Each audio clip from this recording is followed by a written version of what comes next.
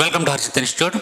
Current అఫైర్స్లో భాగంగా ఇటీవల కాలంలో జరిగినటువంటి 2021 సెప్టెంబర్ మంత్ ఎండింగ్ ఈ లాస్ట్లో జరిగినటువంటి మోస్ట్ ఇంపార్టెంట్ ఈవెంట్స్ ఏమైతే ఉన్నాయో వాటి గురించి ఒకసారి చూద్దామండి.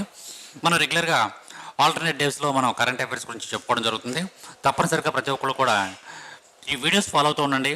వీటిలో మీరు పేపర్ కంపల్సరీ మనం ఈ యొక్క రెగ్యులర్గా న్యూస్ పేపర్ చూస్తున్నారు చూడమని చాలాసార్లు చెప్పాను. కనీసం ఒక 2-3 న్యూస్ పేపర్లు చూడాలి. న్యూస్ పేపర్లతో పాటుగా మీరు ఏ పేపర్ అయినా పర్వాలేదు, మీరు ఫాలో అయ్యే న్యూస్ పేపర్లతో పాటుగా మన హర్షిత్ ఇన్స్టిట్యూట్ అందించేటువంటి ఈ యొక్క కరెంట్ అఫైర్స్ యొక్క రెగ్యులర్ క్లాసెస్ని తప్పనిసరిగా ఫాలో అవ్వండి. మోస్ట్ ఇంపార్టెంట్ బిట్స్ అనేవి మీ ముందుకు తీసుకురావడం అనేది జరుగుతుంది. సరే, ఇక్కడ మనకి ఫస్ట్ బిట్ చూద్దాం. ఏ రాష్ట్రం కోపర్ మహాసీర్ లేదా కాట్లీ తన రాష్ట్ర చేపగా ప్రకటించింది. ఇటీవల కాలంలో ఒక స్టేట్ కోపర్ మహాసీర్, గుర్తుంచుకోవాలి, ఇది ఒక పేరండి. కోపర్ మహాసీర్ లేదా కాట్లీ అనేటువంటి ఒక చేపను తమ రాష్ట్రం యొక్క రాష్ట్రీయ చేపగా, అంటే మనకి స్టేట్ ఫిష్గా దీన్ని ప్రకటించడం అనేది జరిగింది. Which state has declared copper mahseer or katli as its state fish రాష్ట్రీయ చేపగా ప్రకటించినటువంటి రాష్ట్రం Goa, Kerala, Sikkim and Nagaland. The right option is the Sikkim. ఇటీవల కాలంలో ఈ యొక్క ఇన్సిడెంట్ జరిగింది. ఆ రాష్ట్రం ఏం చేసిందంటే కాట్లీ అనేటువంటి చేపని తమ రాష్ట్ర చేపగా ప్రకటించడం అనేది జరిగింది. అయితే ఈ కాట్లీ అనేటువంటి చేప మన భారతదేశంలో కానీ ఇండియా మన భారతదేశంలోనూ మరియు నేపాల్, బర్మా, బంగ్లాదేశ్ మిగిలినటువంటి దేశాల్లో కూడా ఎక్కువగా దొరికేటువంటి చేప ఇది. అయితే సుమారుగా 120 సెంటీమీటర్స్ లెంగ్త్ ఉంటుంది. ఇది బరువు చూసుకున్నట్లయితే అప్ టు 10 kgs, అంటే అన్ని చేపలు కూడా 10 kgs ఉంటాయని కాదు కానీ అప్ టు 10 kgs వరకు దీని యొక్క వెయిట్ ఉంటుంది. నెక్స్ట్ మోస్ట్ ఇంపార్టెంట్ అంటే ఇది ఎండేంజర్డ్, అంటే అంతరించిపోతున్నటువంటి చేపల్లో ఒక చేపగా దీనిని గుర్తించడం అనేది జరిగింది. కాబట్టి దీనిని రాష్ట్రీయ చేపగా గుర్తించి దీనిని డెవలప్ చేయాలనేటువంటి ఉద్దేశాన్ని కలిగి ఉన్నటువంటి రాష్ట్రం ఏదంటే సిక్కిం రాష్ట్రం. సరే, ఇక్కడ మనకి ఈ యొక్క సిక్కిం యొక్క రాష్ట్రీయ చేప అని చెప్పుకున్నాం. అదే చెప్పుకున్నప్పుడు ఇంకొక విషయం కూడా మనం గమనించాలి. ఏంటంటే మన భారతదేశం యొక్క జాతీయ చేప ఏమన్నా ఉందా? నెక్స్ట్ అదేవిధంగా ఆంధ్రప్రదేశ్ మరియు తెలంగాణకు సంబంధించినటువంటి రాష్ట్రీయ చేపలు ఏంటి? మన ఆంధ్రప్రదేశ్కి కానీ తెలంగాణకు కానీ మన తెలంగాణ, మన ఆంధ్రప్రదేశ్, ఈ రెండు మన తెలుగు రాష్ట్రాలకు సంబంధించినటువంటి ఉమ్మడిగా రాష్ట్రీయ చేప వచ్చేటప్పటికి కొరమేను, మనందరికీ తెలుసు. నెక్స్ట్ అదేవిధంగా భారతదేశానికి సంబంధించినటువంటి దాన్ని మనం ఏమంటామంటే అక్వాటిక్ యానిమల్ ఆఫ్ ఇండియా అని చెప్పేసి అంటాం. అది చూసుకున్నట్లయితే గంగా డాల్ఫిన్. ఈ పదం గుర్తుంచుకోవాలి మనం. ఎప్పుడు సిక్కిం అనే టాపిక్ వచ్చింది కాబట్టి ఇది తప్పనిసరిగా గుర్తుంచుకోవాలి. సరే, సిక్కిం యొక్క సీఎం పిఎస్ గోలే ఇటీవల కాలంలో సిక్కిం యొక్క చేపని కాట్లీని సిక్కిం యొక్క చేపగా ప్రకటించినటువంటి వ్యక్తి ఎవరంటే పిఎస్ గోలే. గవర్నర్ ఎవరంటే గంగా ప్రసాద్. ఈ విషయం మనం తప్పనిసరిగా గుర్తుంచుకోవాలి. నెక్స్ట్ బిట్ చూద్దాం. ఎల్ఐసి దాని అభివృద్ధి అధికారుల కోసం ప్రారంభించినటువంటి మొబైల్ యాప్ పేరు ఏమిటి?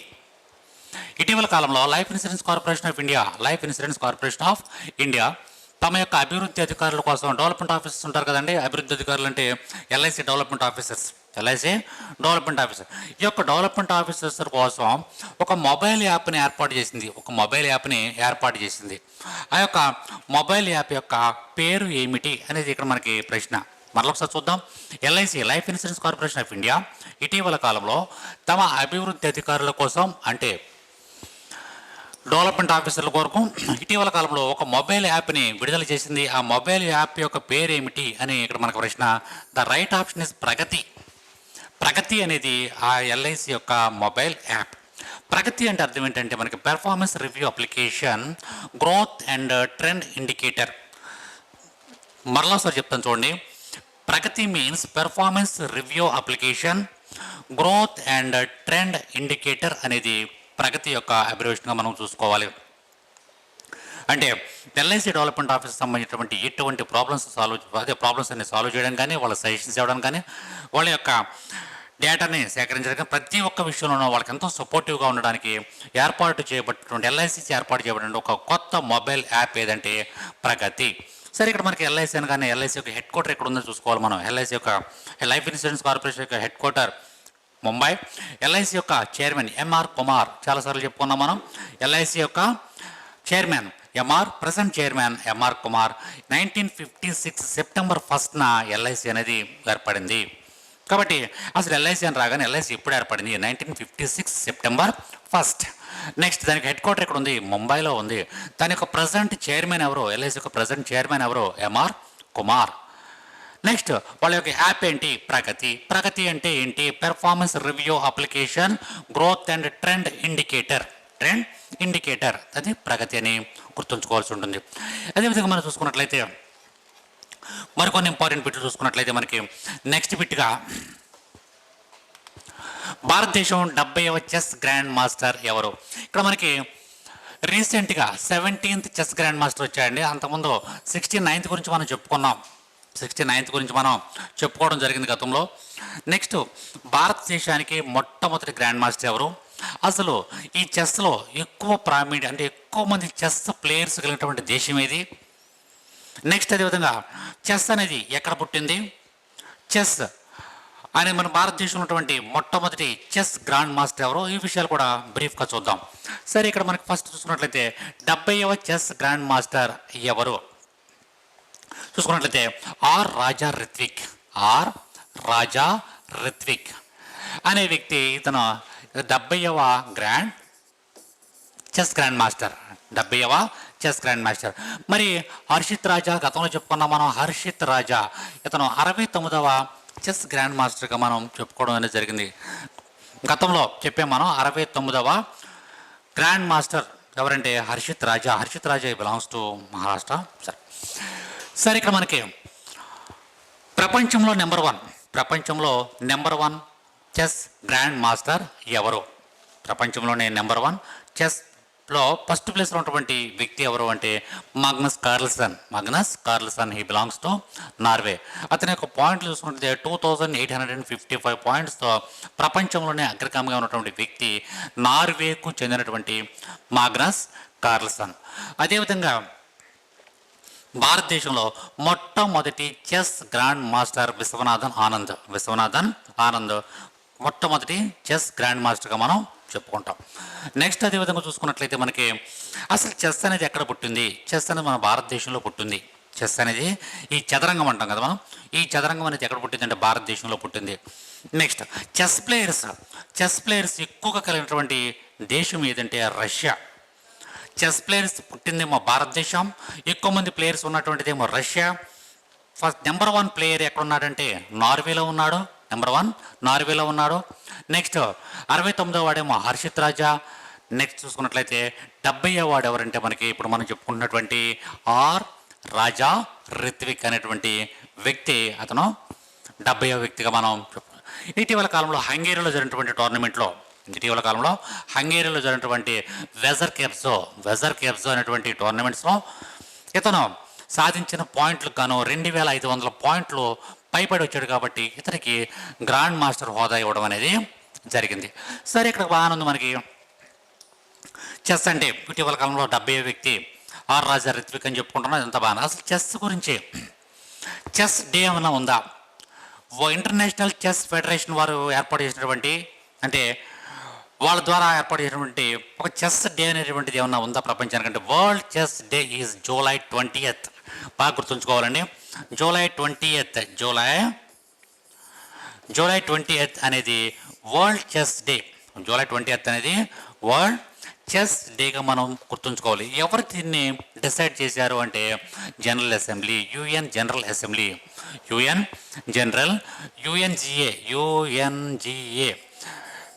United nation general assembly is in New York. UNGA దీన్ని ఏర్పాటు చేయడం అనేది జరిగింది జూలై 20వ తారీఖు, జూలై 20th. అయితే ఎప్పటి నుంచి అంటే ఇది 2019 నుండి దీన్ని ఏర్పాటు చేయడం జరిగింది. అసలు ఎందుకు ఏర్పాటు చేశారు? జూలై 20th అంటే 20వ తారీఖే వరల్డ్ చెస్ డే అని ఎందుకు ఏర్పాటు చేశారంటే ఇంటర్నేషనల్ చెస్ ఫెడరేషన్, దాన్ని మనం ఏమంటామంటే ఇంటర్నేషనల్ చెస్ ఫెడరేషన్ అనేది 1924 జూలై 20th 20వ తారీఖున, జూలై 20వ తారీఖున ఇది ఏర్పడింది. ఇంటర్నేషనల్ చెస్ ఫెడరేషన్ అనేది 1924 జూలై 20వ తారీఖున ఏర్పడింది. కాబట్టి ఆ రోజుకు గుర్తుగా UN general assembly world chess డేగా జూలై 20వ తారీఖుని నిర్ణయించడం అనేది జరిగింది. కాబట్టి ఇది మనకి చెస్కి సంబంధించినటువంటి, ఈ బిట్కి సంబంధించినటువంటి most important events. Next, welcome to Harshit institute. Vijayawada మహానగరంలో 2009 సంవత్సరంలో ప్రారంభించబడి అనేక వేల మంది అభ్యర్థులను ప్రభుత్వ ఉద్యోగులుగా తీర్చిదిద్దిన మన హర్షిత్ ఇన్స్టిట్యూట్ గత 12 సంవత్సరాల్లో సుమారు 18,000 మందిని ప్రభుత్వ ఉద్యోగులుగా తీర్చిదిద్దింది. ఇప్పటి వరకు 5 సార్లు నిర్వహించినటువంటి ఈ యొక్క నోటిఫికేషన్స్లో అనేక సార్లు స్టేట్ ఫస్ట్ సాధించినటువంటి ఘనత మన హర్షిత్ ఇన్స్టిట్యూట్ది. ప్రస్తుతం మన హర్షిత్ ఇన్స్టిట్యూట్ యొక్క ప్రత్యేకతలు 24/7 24 గంటలతో కూడినటువంటి లైబ్రరీ సదుపాయం. అంతేకాకుండా ఇదే లైబ్రరీలో మనకు అత్యున్నత ప్రామాణిక గ్రంథాలు అందించడం అనేది జరుగుతుంది. నెక్స్ట్, ఈ లైబ్రరీలో మనకు వివిధ సబ్జెక్టులకు సంబంధించినటువంటి ఎకానమీ, పాలిటీ, హిస్టరీ, జోగ్రఫీ మరియు అన్ని సబ్జెక్టులకు సంబంధించినటువంటి పూర్తి స్థాయి స్టడీ మెటీరియల్ మీకు అందించడం అనేది జరుగుతుంది.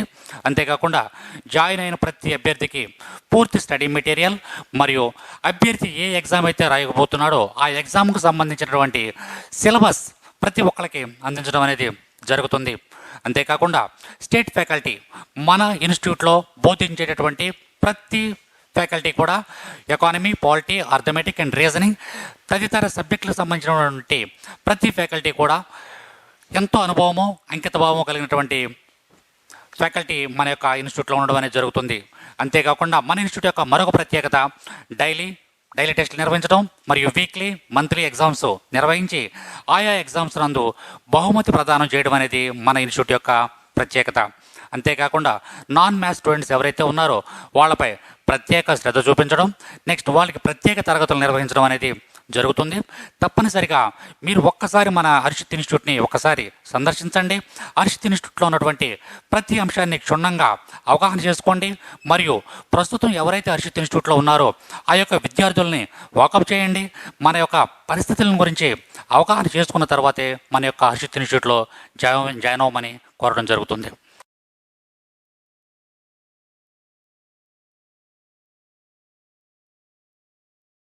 పెట్టి చూద్దాం. అంతర్జాతీయ శాంతి దినోత్సవాన్ని ఏటా ఏ రోజున జరుపుకుంటాము? When is the international day of peace memorated annually? మరి ఎప్పుడు దాన్ని గుర్తు చేసుకుంటే, ఎప్పుడు దాన్ని ఇనాగ్రేట్ చేసుకోవడం అనేది జరుగుతూ ఉంటుంది. ఇది అంతర్జాతీయ శాంతి దినోత్సవం.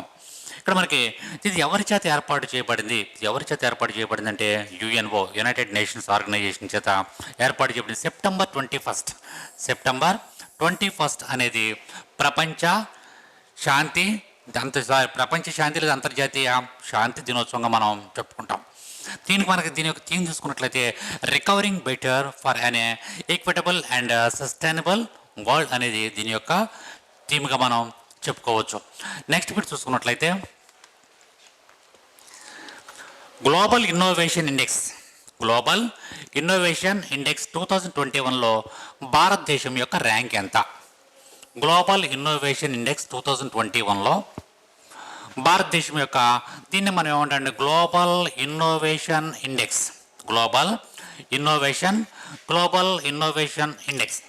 ఇది ఇటీవల కాలంలో 2021 సెప్టెంబర్లో దీన్ని రిలీజ్ చేయడం అనేది జరిగింది. దీంట్లో మన భారతదేశం యొక్క స్థానం ఎంతంటే 46th ప్లేస్. అదే మనం గతంలో చూసుకున్నట్లయితే 2015లో చూసుకున్నట్లయితే దాని యొక్క ర్యాంక్ ఎంతంటే మన భారతదేశం యొక్క ర్యాంకు 81గా ఉండేది. కానీ 2021 వచ్చేటప్పటికి 46 అంటే చాలా అభివృద్ధిని మనం సాధించడం అనేది జరిగింది.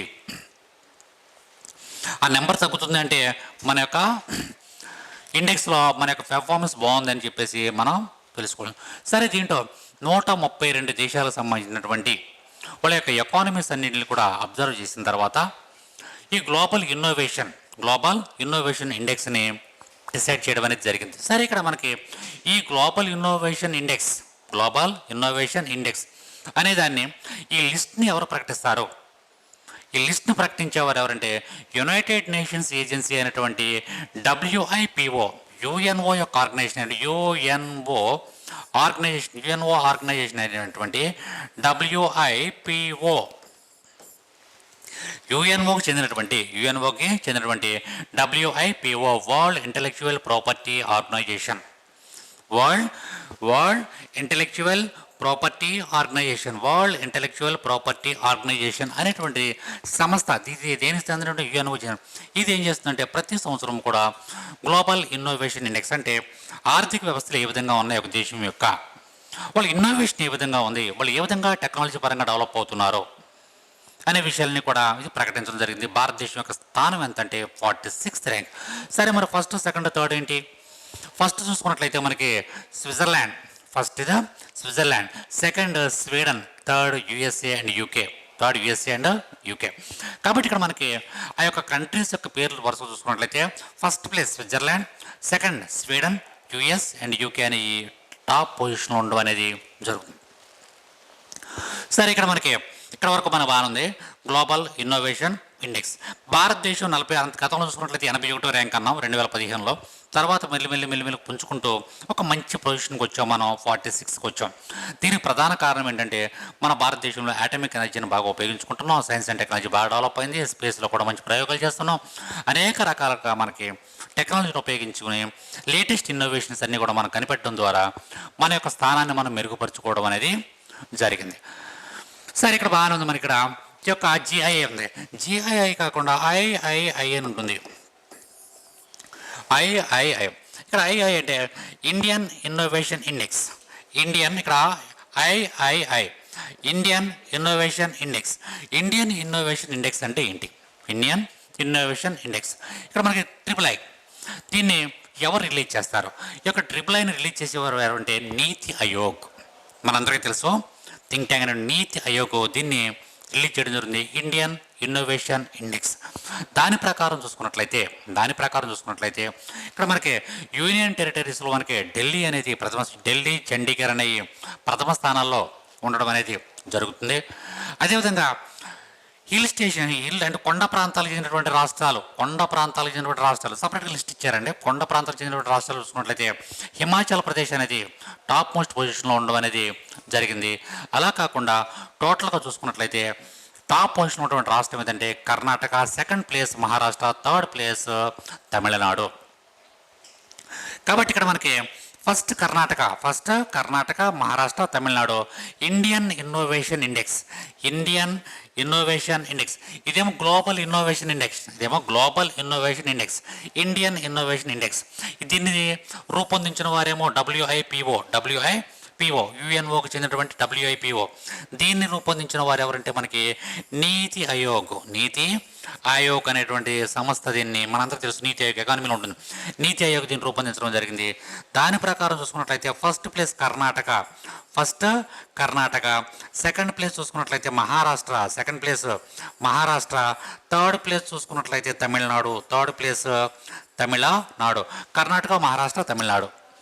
రఫ్గా గుర్తుంచుకోండి.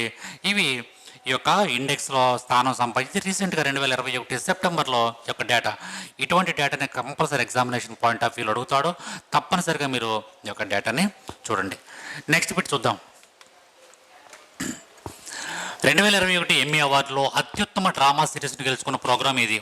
ఇక్కడ మనకి ఎమ్మీ అవార్డ్స్ని కూడా ఇటీవల కాలంలో ప్రకటించారు ఎమ్మీ అవార్డ్స్. ఈ యొక్క ఎమ్మీ అవార్డ్స్లో అత్యుత్తమ ప్రతిభ కనబడినటువంటి ఒక సిరీస్ ఏది, డ్రామా సిరీస్ ఏది అని చూసుకున్నట్లయితే మన ఇక్కడ అసలు ఈ ఎమ్మీ అవార్డ్స్ అంటే ఏంటో తెలుసుకోవాలి. ఫస్ట్ ఈ ఎమ్మీ అవార్డ్స్లో ఎక్కువ పథకాలు లేదా బెస్ట్ పెర్ఫార్మెన్స్గా వచ్చినటువంటి ఏంటంటే మనకి ది క్రౌన్ అనేటువంటి ప్రోగ్రామ్ ఇటీవల కాలంలో అత్యుత్తమైనటువంటి డ్రామా సిరీస్ని గెలుచుకోవడం అనేది జరిగింది. సరే, ఇక్కడ మనకి ఎమ్మీ అవార్డ్స్ అనుకుంటున్నాం కదా. 2021 ఎమ్మీ అవార్డులో ఫస్ట్ ప్రైజ్ అంటే ఎక్కువ అవార్డు గెలుచుకున్నటువంటి ఏంటంటే ద క్రౌన్ అంటే అది ఎక్కువ అవార్డుని గెలుచుకోవడం జరిగింది. ఇక్కడ మనం గుర్తుంచుకోవాల్సింది ఏంటంటే ఇవి టెలివిజన్ రంగానికి చెందినటువంటి, అసలు వీటిని ఎవరు ప్రదానం చేస్తారు? The academy of television arts and science. Academy of television arts and science అనేటువంటి సంస్థ దీన్ని ప్రదానం చేయడం అనేది జరుగుతుంది. ఇది ఎక్కడ ఉందంటే లాస్ ఏంజల్స్ యుఎస్ఏ. కాబట్టి ఇక్కడ మనకి ఈ యొక్క అవార్డ్స్ ఎమ్మీ అవార్డ్స్ ఎక్కడ ప్రదానం చేయబడతాయి అంటే లాస్ ఏంజల్స్ యుఎస్ఏ అనేది గుర్తుంచుకోవాలి. ఎవరు ప్రదానం చేస్తారు అని చెప్పేసి అంటే academy of television arts and science. ఇక్కడ మనకి టెలివిజన్ రంగంలో ఇచ్చేటువంటి అత్యున్నతమైనటువంటి అవార్డ్స్గా మనం వీటిని చెప్పుకుంటామంటే ఎమ్మీ అవార్డ్స్. అదేవిధంగా మనకి గ్రామీ అవార్డ్స్, గతంలో కూడా మనం గ్రామీ అవార్డ్స్ గురించి చెప్పుకున్నాం. గ్రామీ అవార్డ్స్ అనేవి మ్యూజిక్ రంగంలో, సంగీత రంగంలో ఇచ్చేటువంటి ప్రముఖమైనటువంటి అవార్డ్స్ ఏంటంటే గ్రామీ అవార్డ్స్. అదేవిధంగా సినిమా రంగంలో, సినిమా ఫీల్డ్లో ఇచ్చేటువంటి అత్యున్నతమైన అవార్డ్స్ ఏంటంటే Oscar awards. Next theatre drama ఆ రంగంలో ఇచ్చేటువంటి ఒక అత్యున్నతమైన అవార్డు ఏంటంటే టోనీ అవార్డు. ఈ అవార్డ్స్ అన్నీ కూడా మనం గుర్తుంచుకోవాలి. ఎమ్మీ అవార్డ్స్ అంటే ఏంటి, గ్రామీ, ఆస్కార్, టోనీ, ఈ అవార్డ్స్ అన్నీ కూడా వివిధ రంగాలలో ఇచ్చేటువంటి అవార్డ్స్గా మనం గుర్తుంచుకోవాలి. నెక్స్ట్ బిట్ చూద్దాం. షాంఘై సహకార సంస్థలో 9వ సభ్యత్వం పొందినటువంటి దేశం ఏది? ఇక్కడ మనకి 9వ దేశంగా షాంఘై సహకార సంస్థ, దాన్ని మనం ఏమంటామంటే ఎస్సీఓ, షాంఘై కోఆపరేషన్ ఆర్గనైజేషన్. దాంట్లో ఇటీవల కాలంలో యాక్చువల్గా షాంఘై కోఆపరేషన్ ఆర్గనైజేషన్ ఉన్నటువంటి దేశాలు 8. షాంఘై కోఆపరేషన్ ఆర్గనైజేషన్ ఉన్న దేశాలు 8. అసలు ఎస్సీఓ ఏర్పాటు చేసినప్పుడు ఉన్న దేశాలు 6. తర్వాత మళ్ళా ఒక 2 దేశాలు యాడ్ అయినాయి చెప్పుకున్నాం. దాంట్లో పాకిస్తాన్ అండ్ ఇండియా యాడ్ అయినాయి. కాబట్టి 6 + 2 8 అని చెప్పుకున్నాం మనం. 6 ఫస్ట్ 6 కంట్రీస్ ఎస్సీఓలో ఉన్నటువంటి సభ్య దేశాలు Shanghai cooperation organisation.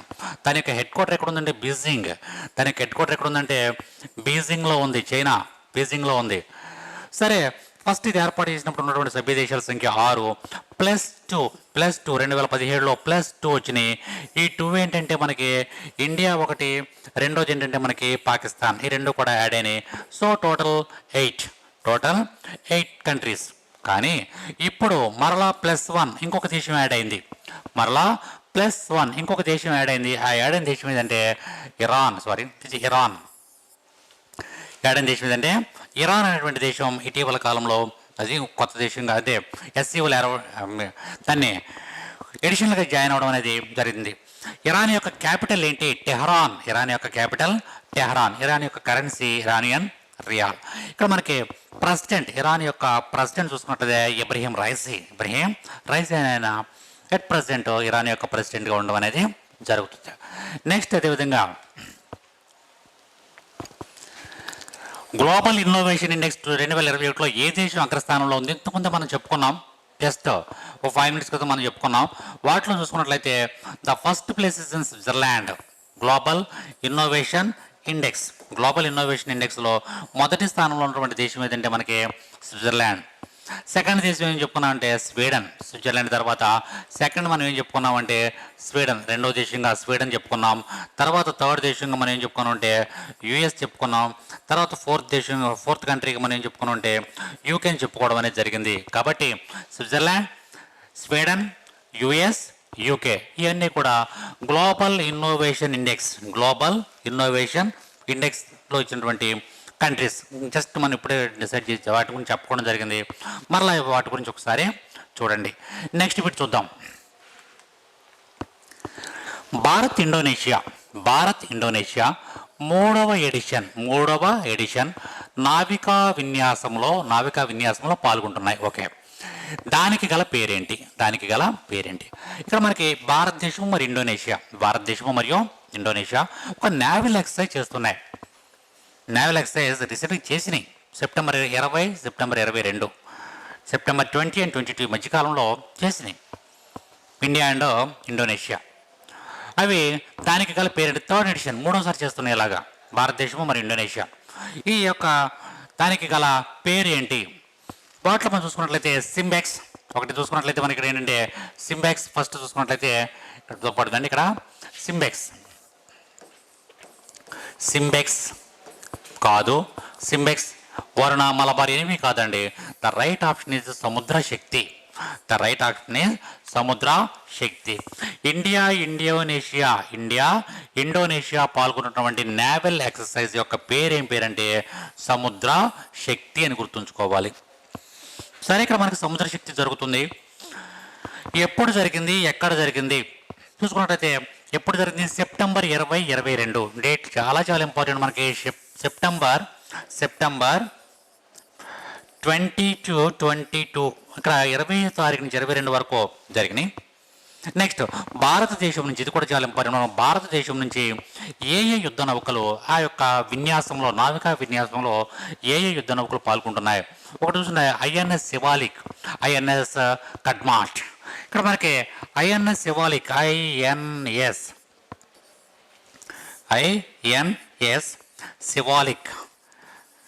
Shivalik. Next INS Kadmatt అనేటువంటి ఈ యొక్క నావికా నౌకలు ఈ యొక్క విన్యాసంలో పాల్గొనడం అనేది జరుగుతుంది. ఆ రెండు నౌకలను కూడా తప్పనిసరిగా గుర్తుంచుకోవాలి. సరే, ఇది ఎక్కడ జరుగుతుంది? డేట్ చెప్పుకున్నాం మనం. ఇండోనేషియా అనుకున్నాం, సముద్ర శక్తి అనుకున్నాం. మన భారతదేశం నుంచి 2 నౌకలు వెళ్ళినాయి. ఆ 2 నౌకలు కూడా విన్యాసంలో పాల్గొంటాయి, నావికా విన్యాసంలో. బాగానే ఉంది. సరే, ఆ ప్లేస్ ఎక్కడ ఈ యొక్క విన్యాసంలో పాల్గొనడం అనేది జరుగుతుంది? ఆ ప్లేస్ కూడా మనకి చాలా చాలా ఇంపార్టెంట్. సరే, ఎక్కడ జరుగుతుంది ఈ యొక్క నావికా విన్యాసం? 3rd ఎడిషన్ నావికా విన్యాసం ఎక్కడ జరుగుతుంది అని చూసుకున్నట్లయితే మనకి ఇండోనేషియాకి దిగువ భాగంలో ఉన్నటువంటి ఒక జలసంధి, ఆ జలసంధి పేరేం పేరంటే సూండా జలసంధి అనేటువంటి ఏరియాలో. ఇక్కడ మనకి ఇవన్నీ కూడా ఇండోనేషియా అనేది ఈ యొక్క దీవుల సముదాయం. ఇండోనేషియా అనేది దీవుల సముదాయం. వీటికి ఇటువైపునంతా కూడా మనకి ఏంటంటే దక్షిణ చైనా సముద్ర ప్రాంతం. ఇటువైపు చూసుకున్నట్లయితే మనకి హిందూ మహాసముద్ర ప్రాంతం. ఇవన్నీ కూడా ఇండోనేషియా చిన్న దీవులు అనుకుందాం. ఇవన్నీ కూడా ఇండోనేషియా దీవులు. ఈ 2 దీవులకి మధ్యలో ఉన్నటువంటి ఒక అఖాతాన్ని మనం ఏమంటామంటే సూండా జలసంధి అని చెప్పేసి అంటాం.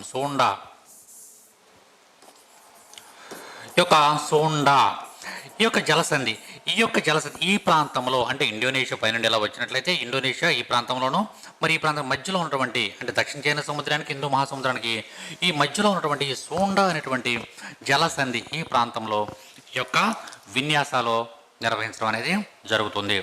అదేవిధంగా ఆ చుట్టుపక్కల ఉన్నటువంటి జలసంధులన్నింటిని గురించి కూడా తప్పనిసరిగా ఒకసారి చూడండి. వాటిలో మనకి ఇంపార్టెంట్ అంటే మలక్కా జలసంధి ఒకటి, లోంబాక్ జలసంధి కూడా ఇండోనేషియా పరిసర ప్రాంతాల్లో ఉంటుంది. ఇండోనేషియాకి దిగువ భాగంలో ఉండే లోంబాక్ అనేటువంటి జలసంధి ఒకటి ఉంటుంది. నెక్స్ట్ అదేవిధంగా మలక్కా జలసంధి అది యాక్యురేట్గా చూసుకున్నట్లయితే మనకి సింగపూర్, మలేషియా ఆ పరిసర ప్రాంతాల్లో మరియు ఇండోనేషియాకి ఈ మధ్య ప్రాంతంలో ఉన్నటువంటి ఒక జలసంధి ఏంటంటే మలక్కా జలసంధి. సరే, ఏది ఏమైనప్పటికీ కూడా సముద్ర శక్తి ఈ యొక్క సముద్ర శక్తి అనేది ప్రజెంట్ 3rd ఎడిషన్, మూడవసారి జరుగుతుంది. ఎవరెవరికి? India and Indonesia. ఎప్పుడు? సెప్టెంబర్ 20 నుండి 22 వరకు. ఎక్కడ జరుగుతుంది? సూండా జలసంధి ఇక్కడ ఈ ప్రాంతంలో జరుగుతుంది. ఇది ఎక్కడుందంటే ఇండోనేషియా దిగువ భాగంలో ఉంది. ఈ విషయాలన్నీ కూడా మనం తప్పనిసరిగా ఈ యొక్క కరెంట్ అఫైర్స్ పార్ట్లో చూడాలి. బిట్ ఏ విధంగా ఫ్రేమ్ చేసినప్పటికీ కూడా మనం తప్పనిసరిగా దీన్ని ఆన్సర్ చేయగలిగి ఉండాలి. నెక్స్ట్ బిట్, ఆఫ్రికా మరియు రష్యాలో ఉన్న 2 శిఖరాలను వేగవంతంగా అధిరోహించిన భారతీయ CISF అధికారి ఎవరు? ఆఫ్రికా మరియు రష్యాలో ఉన్న 2 శిఖరాలను వేగవంతంగా అధిరోహించినటువంటి భారతీయ CISF central industrial security force చెందినటువంటి ఆమె సబ్ ఇన్స్పెక్టర్ ఆఫ్ పోలీస్ ఆమె ఇటీవల కాలంలో ఒక 2 అత్యున్నత శిఖరాలని అధిరోహించింది. ఆమె యొక్క పేరు ఏమిటి అనేది ఇక్కడ మనకి ప్రశ్న. వీటిలో మనం చూసుకున్నట్లయితే గీతా సమోథా అనేటువంటి ఆమె, సమోటా లేదా సమోతా ఎలా అనుకున్న పర్లేదు, ఈమె ఇటీవల కాలంలో CISFలో already central industrial security force దీంట్లో ఒక మహిళా ఇన్స్పెక్టర్ ఈమె ఇటీవల కాలంలో ఆఫ్రికాలో ఎత్తైన శిఖరం మరియు రష్యా అంటే యూరోప్లో ఉన్నటువంటి ఎత్తైన శిఖరం, ఆఫ్రికాలో ఎత్తైన శిఖరం అనేటువంటి కిలిమంజారో. ఆఫ్రికాలో ఎత్తైన శిఖరం ఏదంటే మనకి కిలిమంజారో అనేటువంటి శిఖరం. కిలిమంజారో ఎక్కడ ఉందంటే ఆఫ్రికాలోని టాంజానియా అనే దేశంలో ఉన్నటువంటి కిలిమంజారో శిఖరాన్ని ఇవిడ అధిరోహించింది.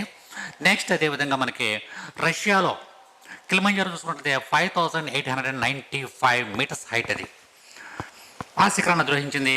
నెక్స్ట్ ఏంటంటే మనకి యూరోప్లో ఉన్నటువంటి రష్యాలో ఉన్నటువంటి ఎల్బ్రస్ అనేటువంటి శిఖరాన్ని కూడా ఈమె అంటే స్టెప్ బై స్టెప్ వెంటనే ఈ యొక్క 2 శిఖరాలని అధిరోహించినటువంటి అంటే అత్యంత వేగవంతంగా అధిరోహించినటువంటి మొట్టమొదటి మహిళ ఎవరు అంటే Geeta Samota. She belongs to India. ఆమె CISF చెందినటువంటి ఆఫీసర్. సరే, ఇక్కడ మనకి టాంజానియాలో ఉన్నటువంటి ఎత్తైనటువంటి పర్వతం లేదా ఆఫ్రికాలో ఉన్న ఎత్తైన పర్వతం ఏదంటే పర్వత శిఖరం ఏదంటే కిలిమంజారో. ఇది ఎక్కడుందంటే మనకి ఈస్టర్న్ రిఫ్ట్ మౌంటైన్స్లో ఉన్నటువంటి ఒక అత్యున్నతమైనటువంటి పర్వత శిఖరం ఏదంటే కిలిమంజారో. ఫస్ట్ ఆఫ్రికాలో కిలిమంజారో అని అప్పుడు అధిరోహించడం జరిగింది. నెక్స్ట్ అదేవిధంగా మనకి రష్యాలో ఉన్నటువంటి ఎల్బ్రస్ అనేటువంటి ఎత్తైనటువంటి శిఖరాన్ని కూడా ఈమె అధిరోహించడం అనేది జరిగింది. ఎల్బ్రస్ అనేది కాకసస్ పర్వతాల్లో ఉంది. ఎల్బ్రస్ అనేది యూరోప్లో ఉన్నటువంటి కాకసస్ పర్వతాల్లో ఈ యొక్క ఎల్బ్రస్ అనేది ఒక పర్వత శిఖరం అనేది ఉంది. నెక్స్ట్ అదేవిధంగా చూసుకున్నట్లయితే ఇక్కడ మనకి ఈమె భారతదేశంలో ఏ ప్రాంతానికి చెందినటువంటి వ్యక్తి, అది కూడా మనకి చాలా ఇంపార్టెంట్ ఎగ్జామినేషన్ పాయింట్ ఆఫ్ వ్యూలో. ఒకవేళ కనుక కొంచెం టఫ్ కలిగినట్లయితే ఇటీవల కాలంలో ఆఫ్రికా మరియు రష్యా 2 శిఖరాలను వేగవంతంగా అధిరోహించినటువంటి భారతీయ CISF అధికారి ఈమె గీతా సమోతో అని ఆయనే ఇచ్చేసి అక్కడ ఎగ్జామినర్ ఇచ్చి ఈమె ఏ రాష్ట్రానికి చెందినటువంటి వ్యక్తి అంటే షీ బిలాంగ్స్ టు ఉత్తరాఖండ్.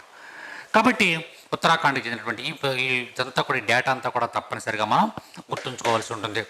కాబట్టి ఇక్కడ మనం చెప్పుకున్నటువంటి ఈ పాయింట్స్ అన్నీ కూడా ఎగ్జామినేషన్ పాయింట్ ఆఫ్ వ్యూలో ఈ పాయింట్స్ అన్నీ కూడా మనకి ఇంపార్టెంట్.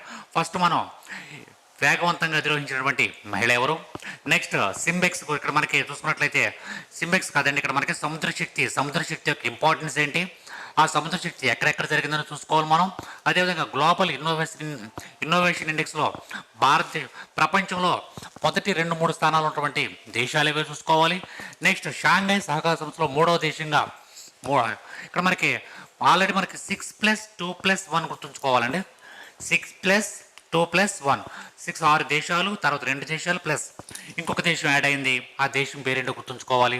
నెక్స్ట్ ఎమ్మీ అవార్డ్స్ అంటే ఏంటి, దాని యొక్క ఇంపార్టెన్స్ ఏంటి అనేది కూడా గుర్తుంచుకోవాలి. ఇవన్నీ కూడా మనకి ఎగ్జామినేషన్ పాయింట్ ఆఫ్ వ్యూలో మోస్ట్ ఇంపార్టెంట్ కరెంట్ ఈవెంట్స్గా మనం ప్రిపేర్ అవుతూ ఉండాలి. మనం చెప్పినటువంటి మన హర్షిత్ ఇన్స్టిట్యూట్ తరపున రెగ్యులర్గా ఇస్తున్నటువంటి అంటే ఆల్టర్నేట్ డేస్లో ఇస్తున్నటువంటి కరెంట్ అఫైర్స్తో పాటుగా రెగ్యులర్గా 2 లేదా 3 న్యూస్ పేపర్ చదవండి. వాటి గురించి తప్పనిసరిగా నోట్స్ రూపంలో తయారు చేయండి. మీరు ఎప్పుడు ఎగ్జామ్ ఇచ్చినప్పుడు కూడా ఇటీవల కాలంలో ఎగ్జామినేషన్ ప్యాటర్న్ అంతా ఎలా ఉంటుందంటే current economy, current polity, current geography, current అఫైర్స్ని బేస్ చేసుకుని ఎగ్జామ్ పేపర్ రావడం జరుగుతుంది. కాబట్టి వీటన్నిటి మీద కాన్సన్ట్రేషన్ చేయండి. ద సేమ్ టైం మన యొక్క మొబైల్ యాప్ని తప్పనిసరిగా ఇన్స్టాల్ చేయండి. హర్షిత్ ఇన్స్టిట్యూట్ మొబైల్ యాప్ని ఇన్స్టాల్ చేయండి. మన యొక్క ఛానల్ని సబ్స్క్రైబ్ చేయండి. ప్రతిసారి కూడా మీకు రిమైండ్ చేయడం జరుగుతుంది. తప్పనిసరిగా మన యొక్క ఛానల్ని సబ్స్క్రైబ్ చేయండి. మరియు ఈ యొక్క క్లాసెస్ని మనం అందించే క్లాసులే కాదు, current affairs and GK and arithmetic and reasoning A class అయినప్పుడు కూడా మన హర్షిత్ ఇన్స్టిట్యూట్ అందించేటువంటి ఈ క్లాసులన్నింటినీ కూడా తప్పనిసరిగా మీ ఫ్రెండ్స్ అందరికీ కూడా షేర్ చేయండి. Thank you very much.